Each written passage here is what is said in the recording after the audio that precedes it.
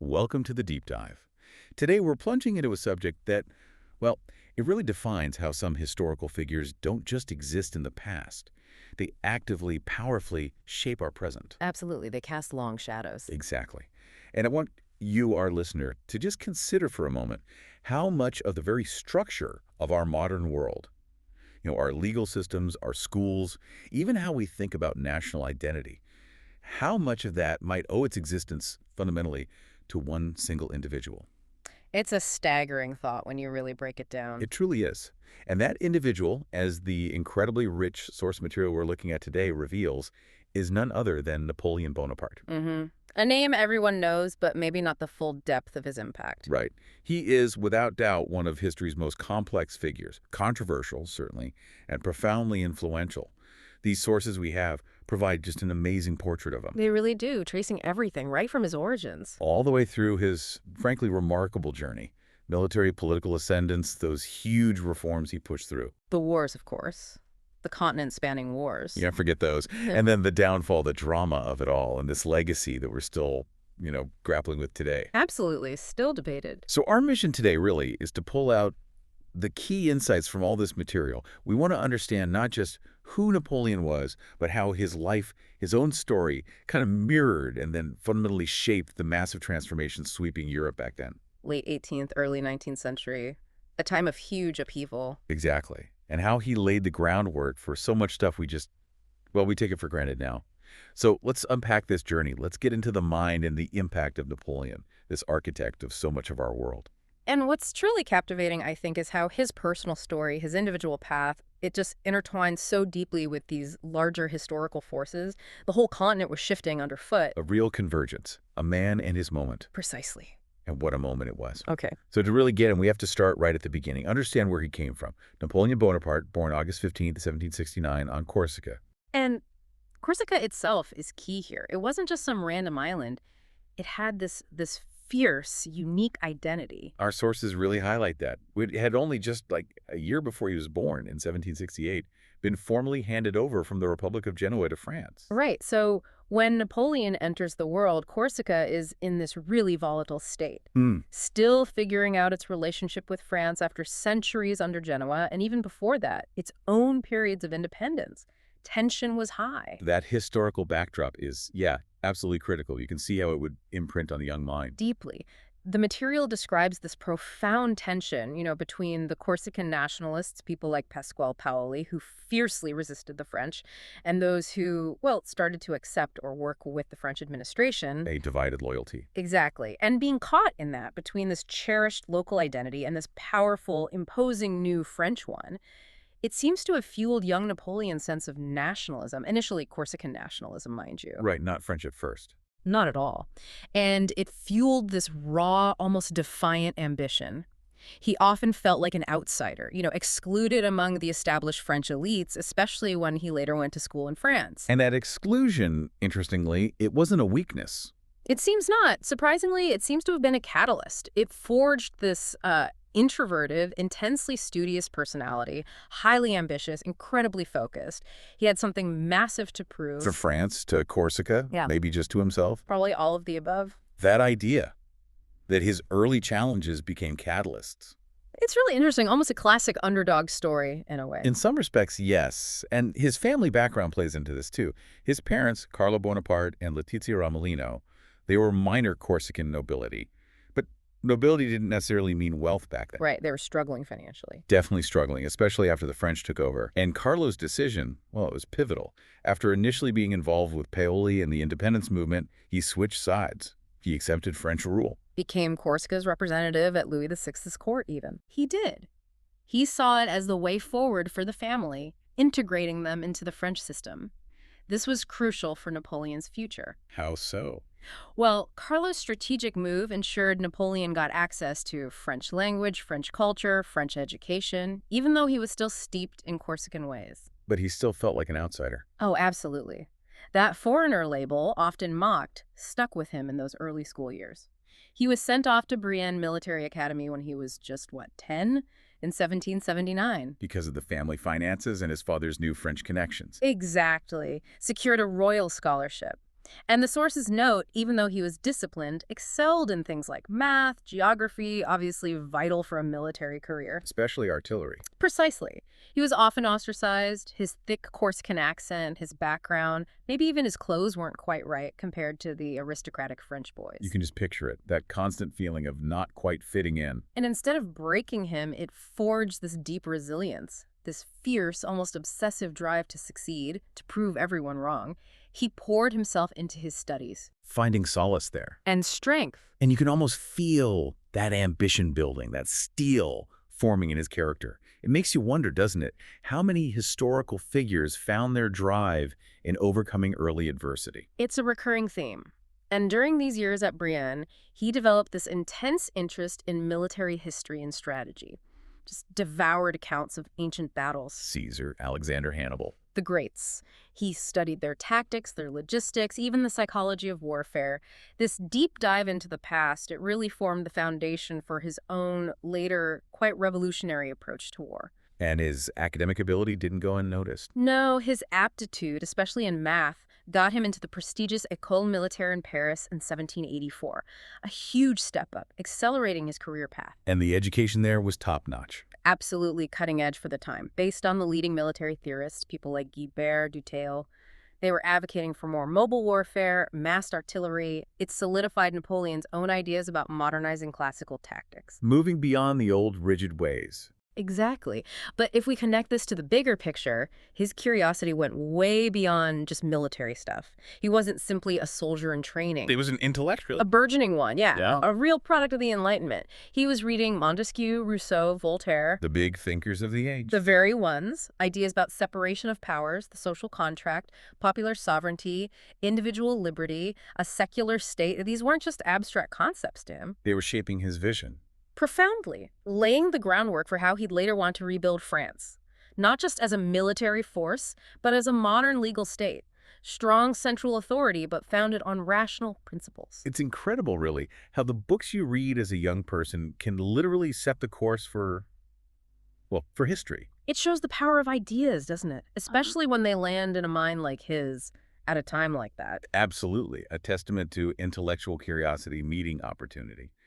And speaking of opportunity, his destiny really collided with the French Revolution, didn't it? Completely. 1789, it just erupts, shakes the very foundations of Europe. The end of the absolute monarchy, Louis XVI, the abolition of feudal privileges, this radical idea of popular sovereignty taking hold. It was messy, chaotic, incredibly violent.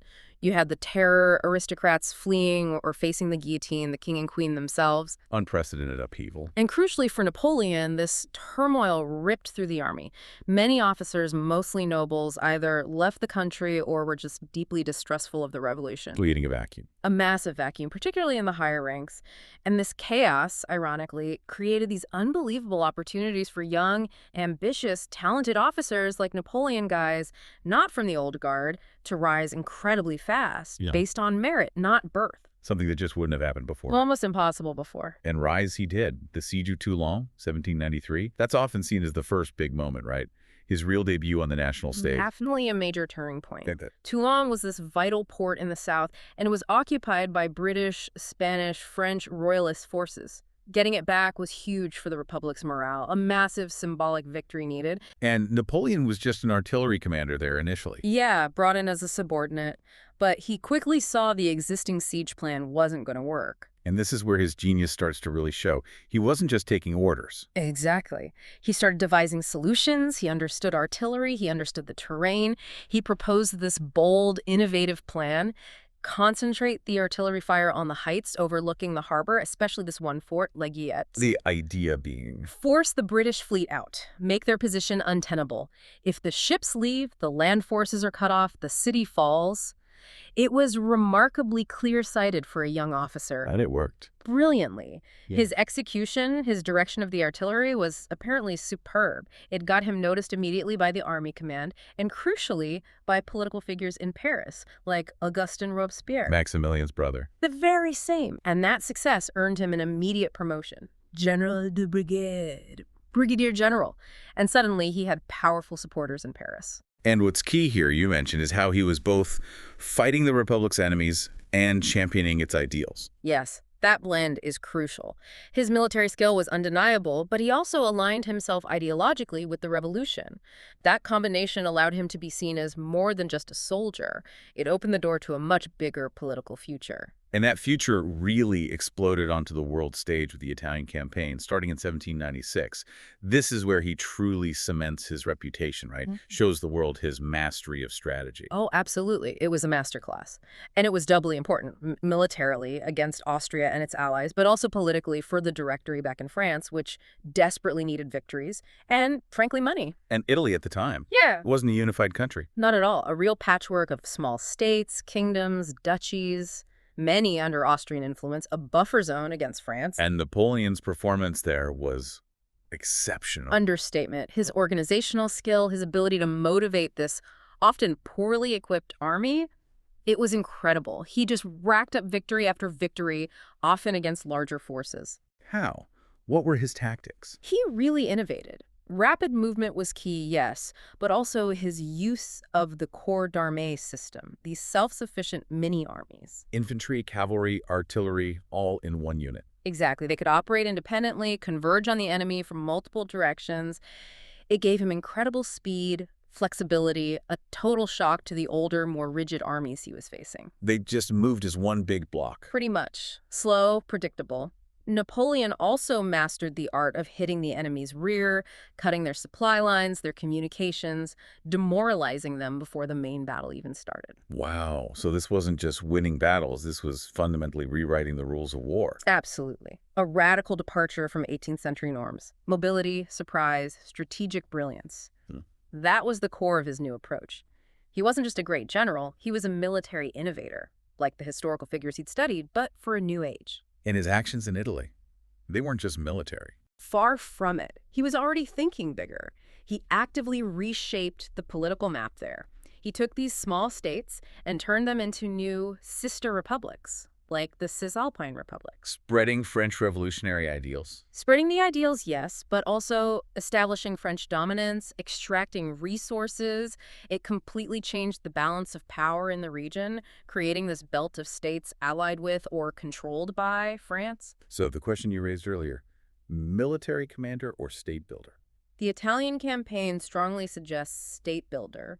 He saw military victory as a direct path to political restructuring, expanding French influence and principles.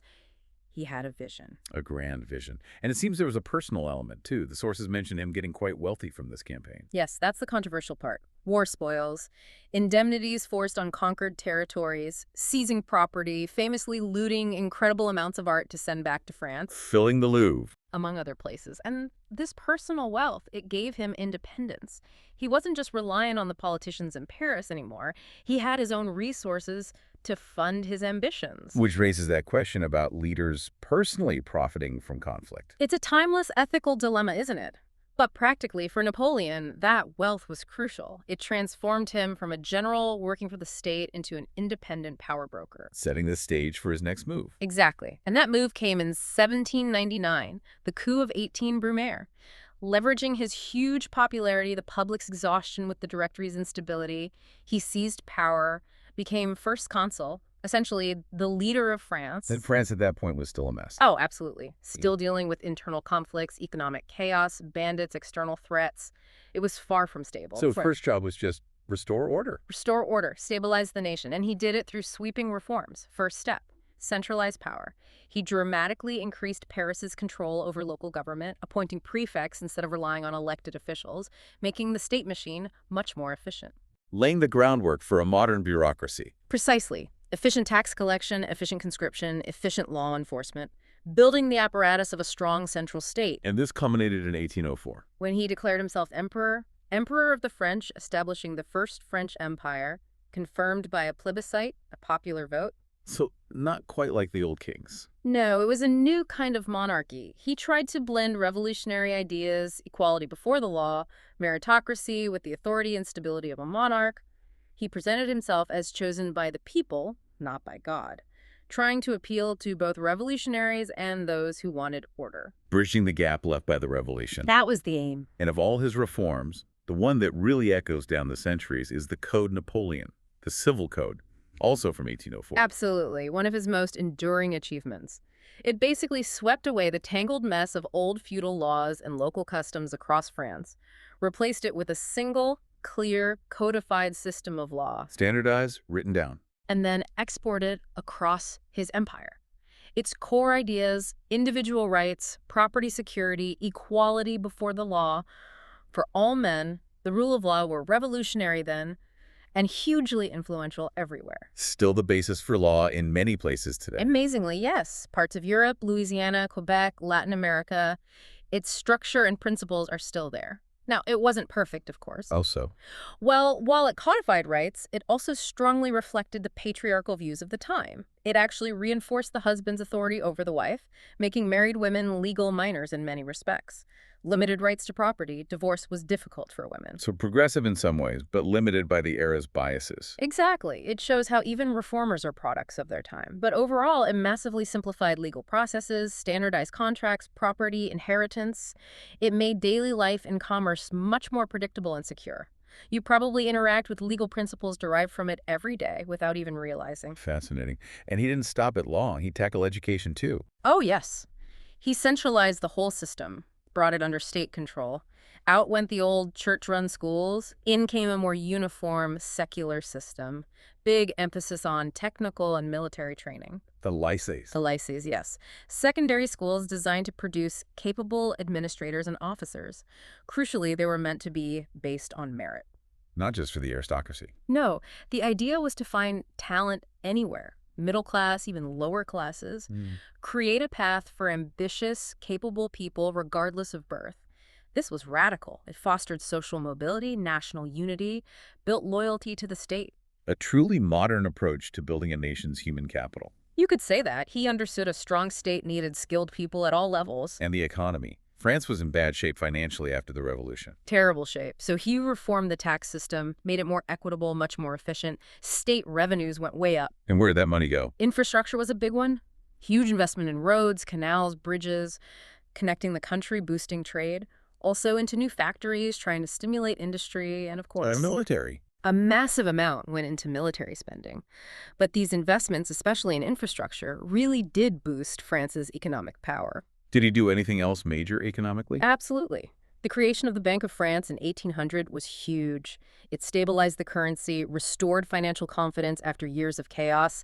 That was fundamental. And the continental system, that famous attempt to blockade Britain. Ah, yes, the continental system. A massive embargo trying to cripple Britain economically by cutting off its trade with Europe. Ultimately, it failed too much smuggling, resistance, but it had huge consequences. It disrupted European trade patterns massively and actually forced some continental industries to develop on their own, ironically. So pulling it all together, the reforms, the centralization, the legal code, education, economy. He wasn't just a conqueror. Not at all. He was a deep strategic administrator, building the actual framework, the operating system of a modern state. Much of that architecture still stands in various forms. But we can't ignore the other side, the constant warfare, the Napoleonic Wars. Impossible to ignore. That's arguably his most visible, most disruptive impact, reshaping the map of Europe through conflict. From roughly 1803 to 1815. That's the main period. And these weren't just battles. There were huge shifts in power, political, diplomatic, economic. France against coalition after coalition. Britain, Austria, Prussia, Russia. All the major players. And Napoleon, time and again, especially in the early years, just outgeneraled them. Used his military genius, the discipline of his armies. Ulm, Austerlitz, his masterpiece, Jena, Friedland.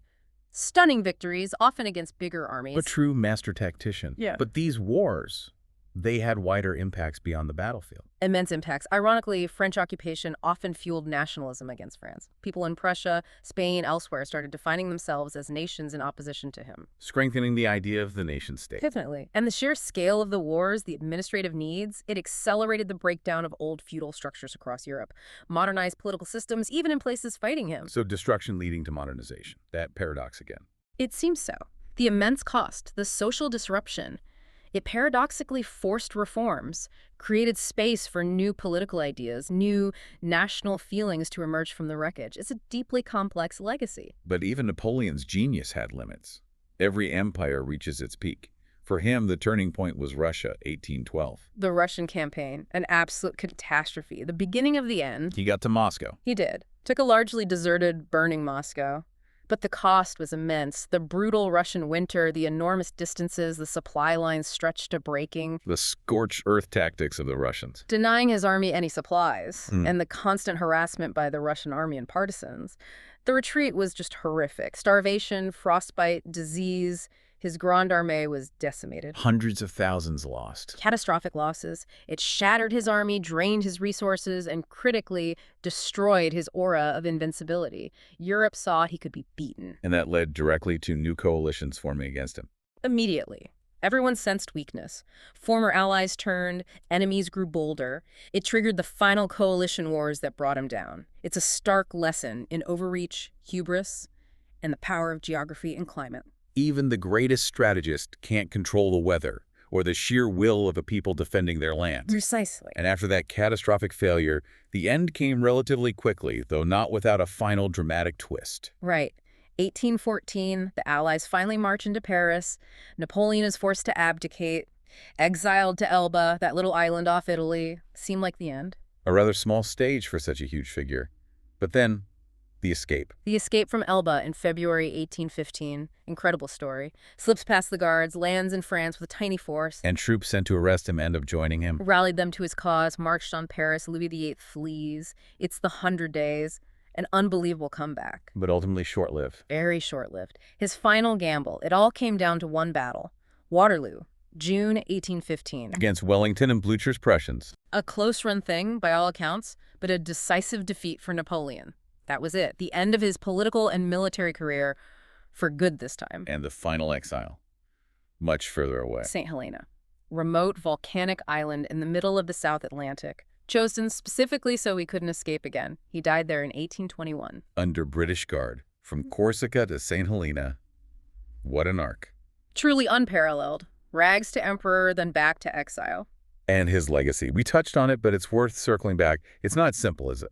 Not simple at all. As the sources emphasize, he's been endlessly studied, debated, interpreted for 2 centuries now. Historians, political scientists, military strategists, everyone has a take. And those takes often conflict sharply. Absolutely. On one side, you have the praise, the military genius, the incredible reforms laying the foundations of the modern state, the code, the administration, meritocracy, stabilizing France. Bringing order from chaos. Yeah. Modernizing a continent. Yes. But then the criticism. The dictator, the authoritarian ruler, suppressing freedoms, the endless wars, the staggering human cost. Millions dead across Europe because of his ambition. Plunging a continent into conflict for 2 decades. So, hero or villain, reformer or tyrant, the debate rages on. But is there a consensus point? Something most people agree on? I think so. Despite all the debate, the consensus is that Napoleon is undeniably one of the most important figures, maybe the most important in shaping the modern world we live in. His influence is just embedded. Deeply embedded in law, education, how states are structured, military thinking, even ideas about national identity and international relations. It's not just history, it's part of our current reality. So connecting it to the bigger picture, his legacy isn't dead history. It's alive. It's a living legacy. It makes us think about that complex dance between individual genius, massive social upheaval, and the lasting structures that emerge. It forces us to confront that uncomfortable idea that major change, maybe even progress, often comes with immense cost and destruction. The dual nature of power and ambition. Exactly. So what does this all mean for us, listening today, centuries later? It means history isn't just dates and names. It's understanding the DNA, the operating system of our own time. Seeing the threads that connect the past to the present. Right. Recognizing how the actions of one person way back then still resonate in ways we might not even realize. So as you go about your day, maybe think about it. How many parts of our governments, our laws, even how we think about being part of a nation, how much of that traces back, surprisingly directly, to that artillery officer from Corsica who made himself an emperor? How much of what we call modern was, in a sense, architected by him? By one man with all his brilliance and all his flaws, and that final thought, Could you have that kind of massive systemic progress without the immense upheaval? Or are the architects of change always, maybe unknowingly, creating a legacy that's both revolutionary and tragically destructive? It's a profound question, something to definitely keep pondering.